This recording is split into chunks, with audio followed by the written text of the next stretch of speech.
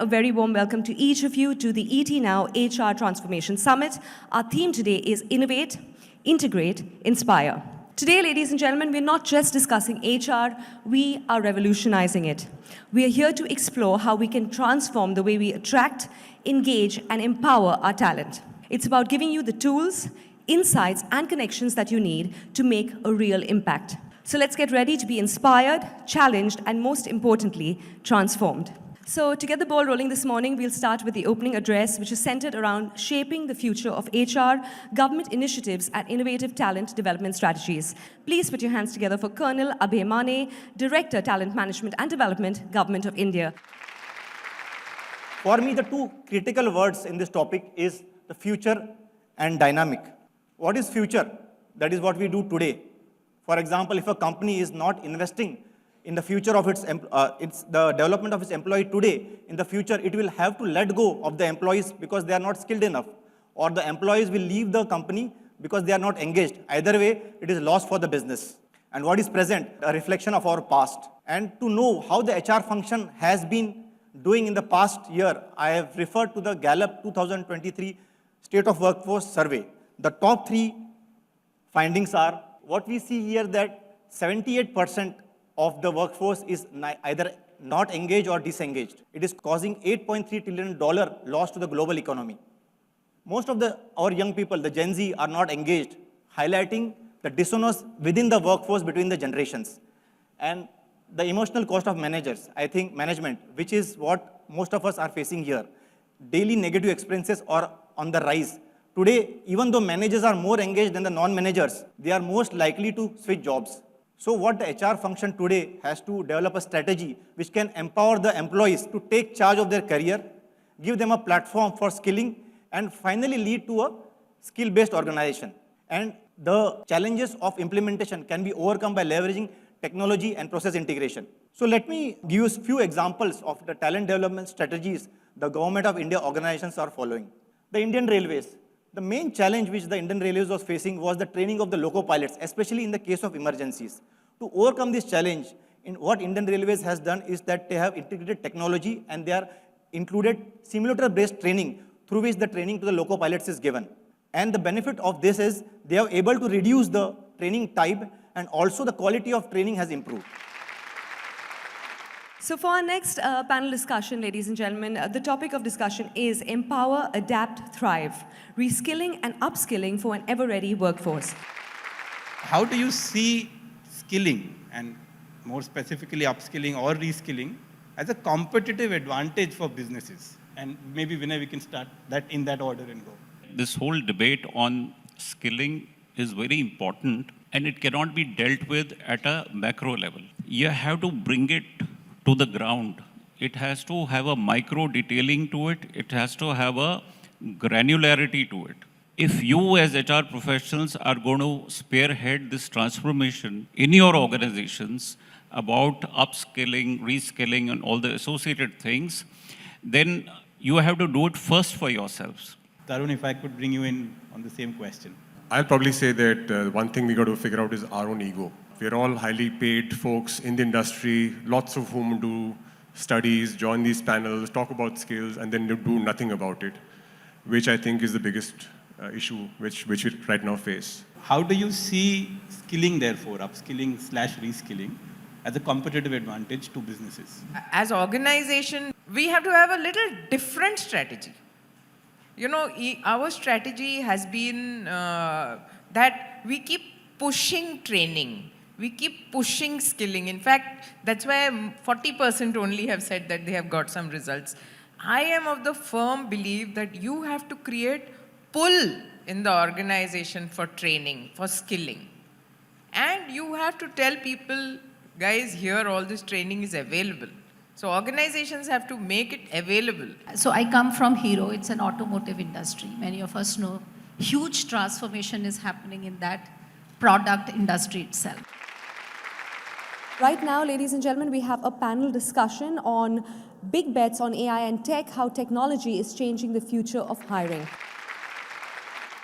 So I would actually like to kick off by asking all of you, what is the biggest opportunity that you are currently seeing in your respective sort of organizations and institutions just emerging from generative AI? And let me maybe ask Ms. Mistry to kick us off. The one thing that I would say is that a lot of our processes that we look in HR are, segmented. So you have a TA portfolio, you have learning, and you have performance management, a lot of it. So if you ask me, the real opportunity that AI affords is how would you integrate these different segments together to bring a collective insight? And that, of course, puts a lot of pressure on all of us in HR to be able to think the whole rather than parts, right? When you look at training, which is for a long time, training is an area that really needed to be upgraded from a technology standpoint. With Gen AI, now we have an opportunity to personalize training. And I think that is very, very exciting because if you can personalize training, you can do skill matching at an individual level, you will build organizational capability. I think one of the biggest opportunities that we have is the personalization element that AI brings in. I think it's going to transform work at different levels and all roles in any organization. I think our roles are changing as well within HR. It's no longer the mundane, but a lot more value-added roles that it's bringing about for us. Up next, we have a segment on elevating employee health with holistic solutions. Please put your hands together as I welcome Saja Praveen Chaudhary, Director and Head, Policy Bazaar for Business. So we are Policy Bazaar, India's largest insurance broker with about 20,000 crores of annual run rate on premium. What we do differently from what the market is or what we started with about roughly 3 years back is while there's been a lot of focus on BAU, which is the regular health insurance or the regular insurance piece itself. And then there's wellness, which has been where some of the companies would be spending, but those have been put in different buckets kind of. That's where we come up with an integrated wellness into the same platform where you have everything in a single place, where it's for a HR team or the policy administration team or for the employee per se. A solution which is kind of integrated and being able to, or everyone in the segment is able to utilize kind of, where it's an app for those who can utilize it, or whether can we kind of integrate the same solutions through a WhatsApp bot for someone who would, not be able to utilize an app kind of. So this is one major transformation that we're seeing. And, this is one thing, again, we're piloting right now with a couple of our partners where, a large pain point where you say, 8 hours spending in the hospital after the doctor saying discharge versus say you being able to move or walk out of the hospital, say, or to get the approval in 15 minutes and walk out of the hospital in, say, 20, 25 minutes. We think that we can do it, and that's where we're moving towards. Thank you. See, again, when you say about, high levels of engagement, the part is about how do you ensure today, for example, when you refer to well-being or, insurance is being one of the important part of the second most cost after the human capital cost or the salaries is kind of only about 8% of employees get engaged with it or through that program kind of. That's one of the things that they get engaged.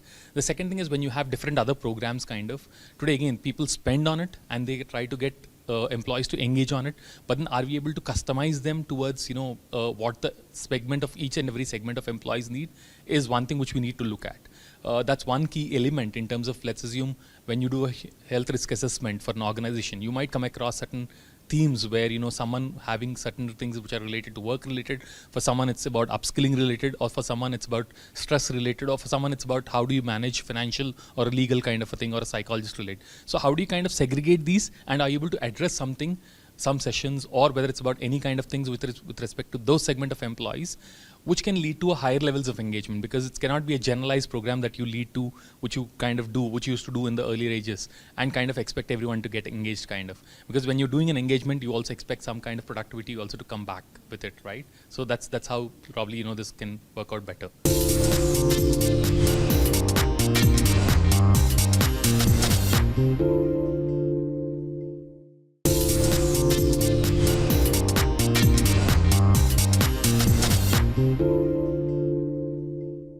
Moving on next, we have a special address, ladies and gentlemen, on harmonizing talent, knowledge, and profit in today's workplace. I'd like you to please put your hands together as I welcome to the stage Subramanian Ramadurai, Chairman, Karma Yogi Bharat, Padma Bhushan awardee, former Managing Director and CEO TCS, former Chairman National Skill Development Corporation.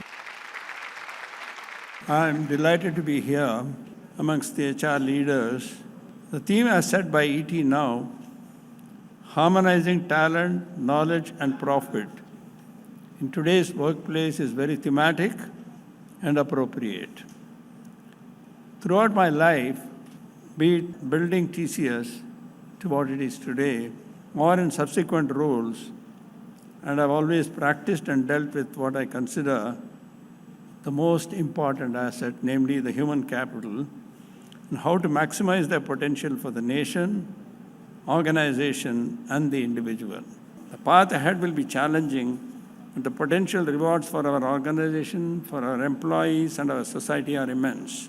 The future of work is being shaped now, and HR has the opportunity to lead this transformation. Thank you for inviting me, and it's a great forum. All the best. Thank you so much. Moving on, ladies and gentlemen, we have a panel discussion coming up next, and the discussion is going to center around evolving ecosystems, titans, talent, and tech, co-creating future-forward employee experiences. First question I wanted to address to Ashwini, that when we are looking at large-scale digital transformation, what are some of the success factors that would ensure that there is employee acceptance and greater adoption for that tech implementation? Specifically, if we were to think about execution and what will make a success out of it, I would like to believe there are a few things that we need to be cognizant of. First, there has to be a need, to do it. Just don't do it because that's the way to go, or that's what everybody is doing. Second, the recipients need to see value in what they're receiving. I think that's really what was also talked about. That's the second thing. Third, it cannot be a push-down approach. You have to create a need or a want, people wanting this to happen. How do we manage the overall change in HR tech space and how to ensure that people are really keeping up to it? So just wanted to get, everyone's view on that. I think what I see from my vantage point is that before it comes to companies, the technology will come to people and it'll come into their phones and devices. And that will really propel the usage. I think when you want to do these technological advancements or introduction, the support from the leadership team is essential.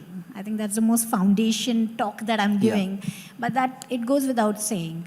The resources, time, money, effort, because nothing is coming free of cost. Whatever transition you want to do is an investment of your time, money, resources, efforts. So if the buy-in is created, the transition becomes easier. It is a tool which has come, and it is mind-boggling than the earlier tools which we had. But having said that, how we want to utilize it, how we want to reskill ourselves, how we want to ride the tiger on it, is up to us. So up next, ladies and gentlemen, we have a presentation regarding why should DEI be on every CEO's KRA. So ladies and gentlemen, please put your hands together and welcome to the stage Sonika Aaron, CEO, Marching Sheep. I'm from Marching Sheep. I founded the firm in 2013. We work in the space of diversity and inclusion, and we work across all dimensions of diversity. So now let's get into the actual topic. So let's start with what is it that a CEO wants, right? So that one KRA that every CEO has today is ESG. ESG is nothing new. ESG has been around since 2004, and in India, it became big a few years back. I would just like to end with this. Diversity is a fact. I mean, look at this room. We might all be HR professionals, but we are all unique. But inclusion is a choice. Are we open to everyone's perspectives? Equity needs action, and belonging is an outcome. Thank you, everyone. So as you can see, we are setting up the stage for a panel discussion, ladies and gentlemen. The title is Age of Change, Creating Gen Z-Approved Workplaces that Prioritize DEI. The core agenda here is that there is a big difference between the expectations and belief system of Gen Z versus whatever we have seen earlier, right? So why don't I go around the panel and try to just probe what have you seen, or how have you seen, maybe we can start with you, expectations changed? I believe that the context under which each generation lives shapes up the way that individuals typically behave. And what we've seen is that they're very realistic in their approach, and anything which is non-authentic, they would try to reason that out as to why that is happening. And therefore, in an organization's context perspective, my belief is that we must be ready with all kinds of policies, practices, which encompasses all of these generations. This morning when I woke up, I almost wished I was Gen Z, because looking at the beautiful weather outside, I'm sure none of us would want to be cooped up in this room. Although it's a lovely event, don't get me wrong. But with the weather, if I were a Gen Z, I'd have probably saying, look, I'm taking a well-being day. And that's what I love about the Gen Zs, right? They're very unapologetic, they're very unafraid, and they kind of express themselves very fearlessly. I think we can all agree there is a degree of candor and maybe higher self-realization. Have you seen that reflect in the expectations they have from a company in terms of inclusivity or equity? Yes, definitely. They are out there, they are demanding, they are unapologetic. And I think at the same time, there is a lot of reverse learning that is taking place. So at least in my workplace context, over the last couple of years, I've seen, the more we have hired and recruited Gen Z. Earlier, like we used to say, it was the employer's market. Today, it is definitely the employees' market, that even when we go to, campuses to recruit and hire, there are a list of questions that your Gen Z is ready with to ask you, whether these things are there in place or not. And these are some of the things that are helping us as HR teams to think about, processes, policies, and not only from top down, but a lot of push from bottom up, which is beautiful, I think. Ladies and gentlemen, up next we have a spotlight address on human-centric leadership, putting people first in business. Please put your hands together as I invite to the stage Dr. Santrup Mishra, National Spokesperson, BJD, former CEO, Aditya Birla Group Director, Group Human Resources for the Aditya Birla Group. A round of applause, please, for Mr. Mishra. When we say putting people first in business, what do really businesses need or want? I believe first businesses need to survive. The second need of theirs is growth. The third is to create stakeholder value. The fourth, I believe, need of businesses is a sense of glory, where excellence, reputation matters. And the fifth one is being sustainable through prosperity, being sustainable through dominance in the market. Otherwise, you see no reason why a company already having a significant market share still goes and invests into a similar business. Furthermore, because that's the search of sustainability. So my point to you is that as you talk about HR transformation today, the question to ask is, how do we put human back into human resources function? I'm not against AI. I'm not against technology. There are wonderful developments that's happening that could make our life easier. How do I bring human back into human resources function, which is basically what we were trained for? If we go through this process of hand-holding, I think we are putting people at the center of business. Thank you so much, Iti, now for inviting me. Thank you. We're going to be felicitating the impactful HR leaders as well. So in our next segment, we're going to get a little more of a deeper insight into the research methodology. The selection criteria from 500 companies, what we have selected was that the revenue scale that we have selected. After that, from 500, we moved further to revenue growth rate. From selecting the 200 companies, further we moved to the 6 criteria that we have taken into the account. That's revenue, growth, number of persons working in a company, women working in top tier, year of establishment, awards won by company, and diversity. These things that we have taken into the considerations. We are going to be having the launch of ET Now, India's Impactful Leaders 2024 Coffee Table Book.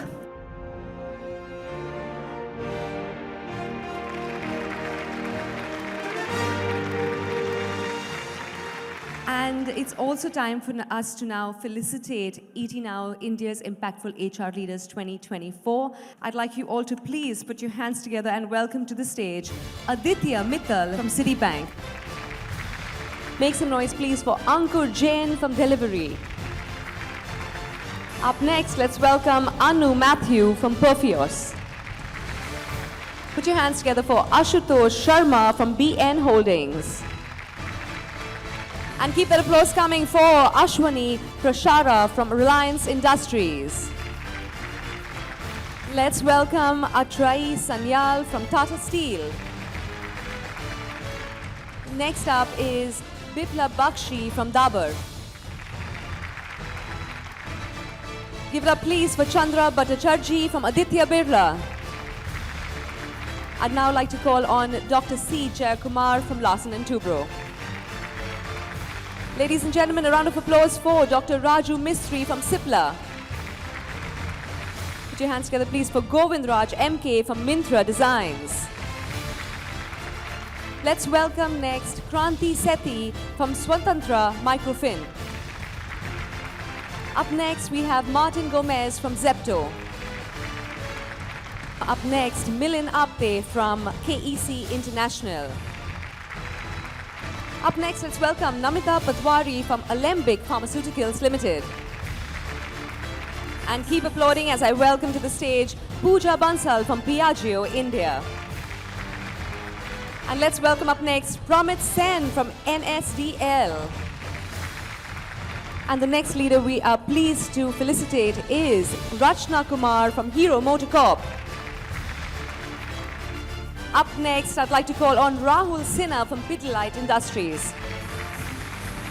Congratulations to Rahul Sinha from Pidilite Industries.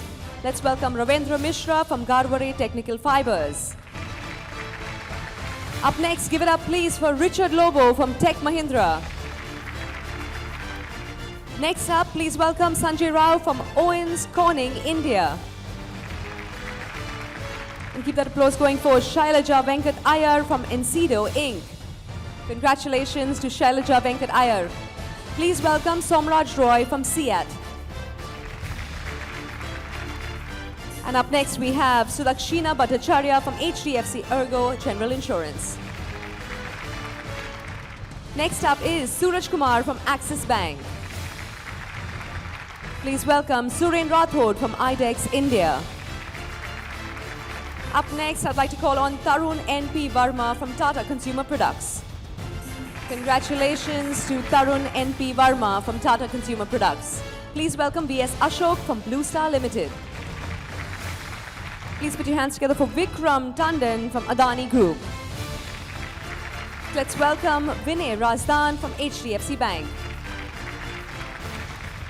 And keep that applause going as I call on Vivek Ranjan from Zenza. And last but not the least, please make some noise for Yuvraj Srivastava from Make My Trip. So with that, ladies and gentlemen, we've come to the end of the day and we thank you so much for joining us here this afternoon. I would like to thank ET Now for acknowledging the HR transformation journey at BN Group. While having this transformation journey at BN Group, we had various HR interventions, out of which one was driving the employee engagement. We drive this employee engagement strategy from shifting the ownership from HR to employees. We have created common interest group. We have created common interest group communities and clubs. Employee engagement in BN Group are not restricted to organization itself. We go beyond. We engage our society. So through BN Welfare Foundation, we have got an army of engagement champions who drive various initiatives such as plantation, women empowerment, skilling and upskilling. By doing so, we are making a difference for the society by creating value. We are sure that soon we'll be having a force of engagement champions who would drive sustainable, high impact engagement for future forward workplace that is BN Group. Thank you.